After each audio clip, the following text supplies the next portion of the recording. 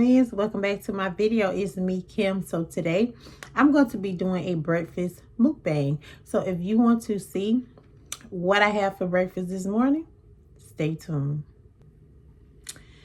All right, friends, I just sat down with my breakfast, got my coffee, got some water.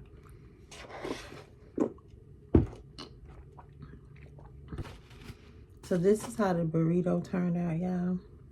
It busted open. It's hot.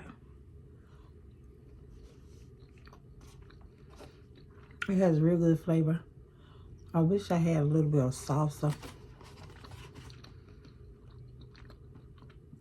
This thing's still hot, but I'm gonna bite it anyway.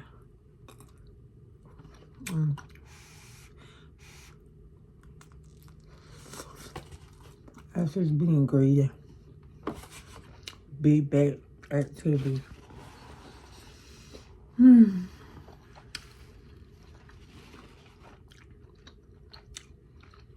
The past couple of weeks, well, besides my birthday, because I did go out and about quite a bit, I was about to say the past few weeks have been uneventful. And I'm dreading next week. And I'll let y'all know why when I get there. I'll be back talking about it.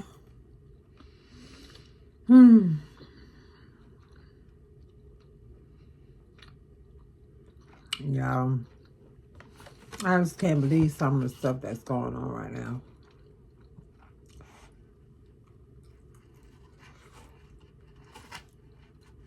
Even worse. I can't believe that look. Oh, a little cheese pull.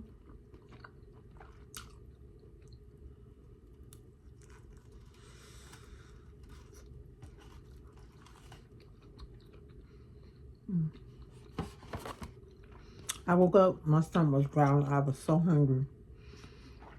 I had that veggie burger yesterday. I didn't come back to show it to y'all. I keep forgetting, but I started running my mouth on the phone with my mama, and I forget about everything else. Yeah, I've been seeing a lot of people talking about dating with kids. I know on Pop the Balloon, they have a good age mix. They don't really discriminate. Like some of the dating shows, they only bring certain age groups in, and you know, mostly people that don't have kids on most of these dating shows. When you think about like Married at First Sight, Love is Blind, they don't take people that have kids on there. But they also take younger people. Pop the Balloon is just whoever want to come on the show, you can come on the show. I think the oldest person I've seen on there is like 52 years old. But a lot of people will say, especially the women, I don't want anybody with kids.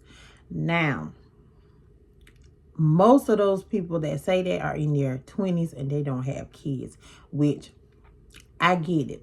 I get it. Because if I was in my 20s, like I had my oldest daughter when I was 25. So back before I had her, when I was in my 20s or my teens, anywhere from, 18 to 25 when I had her or whatever, no, I would not want to date somebody with kids, for the simple fact that kids change the game. Kids change the dynamics. So even now today, I have a 15-year-old and a 8-year-old. You can't just call me and say, hey, pack your bags, let's go. You can't just call me and say, hey, meet me downtown in an hour. No. I can probably still meet you. I could probably go on a trip with you. But we're going to have to plan it because I have to get things situated with my kids. Even though my kids are a little bit older, they are still kids that have to be taken care of, and I have to make plans and arrangements. So being in my 20s, I wanted to get up and go and do what I wanted to do. So no, I would not have dated anybody with kids in my 20s.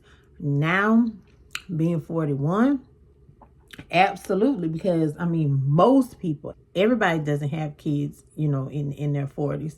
However, a lot of people do. A lot of people have been married and divorced and they have kids. A lot of people have been in long-term relationships and they have kids. So for me to say at 41 years old, I don't want nobody to have kids. First of all, I have kids, so that's hypocritical. But at the same time, you got to understand where people are at in their life being 40 years old or 41 now. Most people are going to have kids. So I think at 41, you're going to have to expect that most people you encounter are going to have kids. Do you have to settle for that? Absolutely not. If you're in your 40s and you say you don't want somebody with kids, fine. You have that right to look for what you want. I'm just saying, keep an open mind and be realistic. A lot of people you will encounter already have at least one child. You know, stuff happens when you're in long-term relationships, marriages, whatever. People in their 40s, more times than not, are going to have kids. So it's going to be really hard for you to date. But keep going. You can find somebody that doesn't have kids. It's just going to be a little bit harder. And that's just honest. That's just what it is. My older sister and her husband, they don't have any kids. And that's fine. But I'm just saying, a lot of people you are going to encounter do. And I know, you know, I have friends that don't have kids that are in their 40s. But I'm just saying, to find these people, you have to dig a little bit deeper. You may have to bypass some other red flags. Because just because they don't have kids, and that may be one of the major things on your list, they may have other things that you do not like. So you are canceling out a whole lot of people in your 40s when you already have slim pickings because they have kids. Again, like I said, in my 20s, I would expect that even now in my 40s, if I didn't have kids, I think the expectation is that most of the guys I want to run into probably do. I know a lot of girls without kids, but I don't know any guys besides my brother-in-law that doesn't have kids. Basically, everybody I know.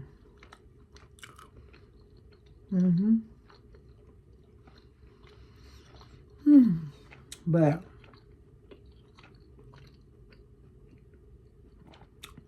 y'all, that's just the way it is. That's just the way it is. But y'all, let me know what y'all think.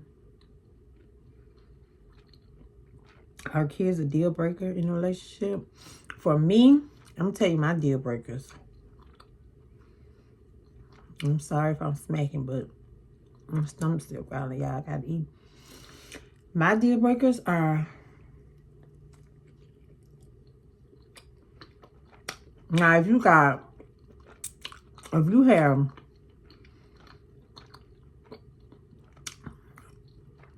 several kids and several baby mamas, that's a red flag. Especially if you have never been married. So I think that would be a deal breaker for me. If you have a couple kids, just say you've been married, you got 4 or 5 kids by that woman. Okay, you was married to her, you know. But if you are a guy that has 5, 6, 7 kids and you got 3 and 4 baby mamas, you didn't marry any of them, none of the relationships worked out, that's a red flag for me. So that's a deal breaker for me. So right there, I wouldn't accept that.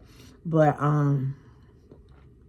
other deal breakers for me are cheaters. I'm not going to accept cheating in any type of way. I can't deal with cheating.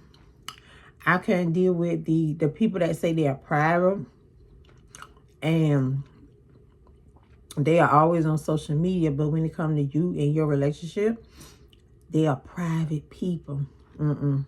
That's a red flag. If a man tells you he is a private person, but he continues to post on social media, that's a red flag, sis. He is not a private person. A private person would not be posting on social media, period.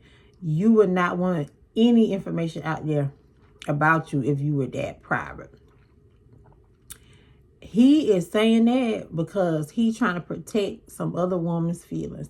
He's probably a cheater. He wants to appear single online. However, he is not, because he has you in the back or whatever. So don't fall for that. I'm a private person. I want to keep our relationship private. Now, I'm not saying you got to post all over social media. My thing is, he don't want nobody to know about you, but he posts everything else about his life on social media. But when it comes to your relationship, I'm private. I don't do this. I don't do that. I don't do. No. Don't go. Do not go for it. It's a trick. It's a trick. He wants to look single for everybody else. That's what it is. So I can't deal with that. The private, but very open and public people. I could see her has Facebook. She don't post nothing on Facebook. She just get on Facebook, like search through different things. That's different. That's how you are. But a person that's always on there posting everything but you, red flag. So,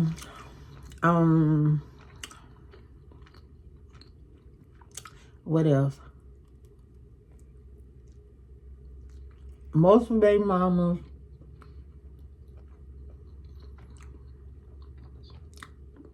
private but public people, liars and cheaters. I'm not going for it. Absolutely not. Friends, so I'm about to go ahead and finish chewing this up. All right, friends, I am done. Look, I tore that little burrito up, and I could eat another one, but I'm not. All right, so I thank y'all for watching this video. Don't forget to like, comment, subscribe, and I'll see y'all back on the next one. Bye, friends.